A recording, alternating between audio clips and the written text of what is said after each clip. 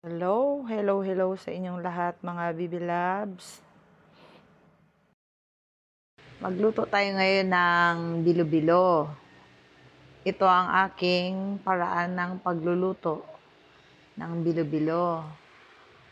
Binalatan ko na ang mga pangsahog, ube, saging, kamuti, bundo, at saka yung malagkit. Yan, hinalo-halo ko na.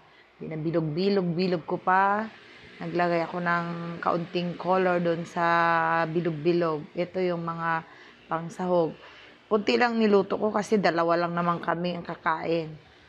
Habang nagluluto, yung ulam ko nakalimutan kong lagyan ng pampalapot. Ayan pala yung pangsahog. Hinugasan na. Ayan, hinulo ko. Nakapagpakulo na ako kanina. Ito yung sago. Paluto na, lipat muna natin. Yan, kumukulo na. Nilagay ko na itong bilog-bilog na malagkit. Halo-halo lang. Hinaluan ko rin yan ng buko. Kasi may buko sa kapitbahay. Ayan, halo-halo. Nilagyan ko na ng unang gata.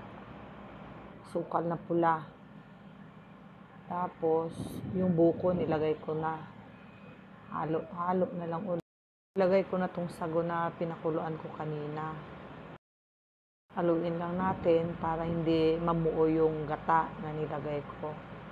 Kasi ilalagay ko na tong panghuling gata, purong gata.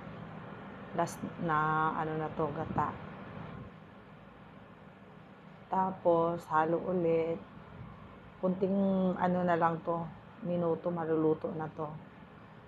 Kasi yung gata na lang ang palulutuin natin. Tapos, okay na siya. Tikiman na. Kung masarap ba yung luto ko o hindi. Pero, I'm sure masarap kasi luto ko di ba? Luto natin, masarap yan. Ayan. Halo-halo-halo na lang para lalong sumarap ang bilo-bilo. Pero sa amin na Bisaya, binignit ang tawag nito, ang bilo-bilo. Pero dito sa Mindoro kasi bilo-bilo ang tawag nila, kaya bilo-bilo na lang rin ang tawag namin. Pero sa amin, binignit ang tawag nito.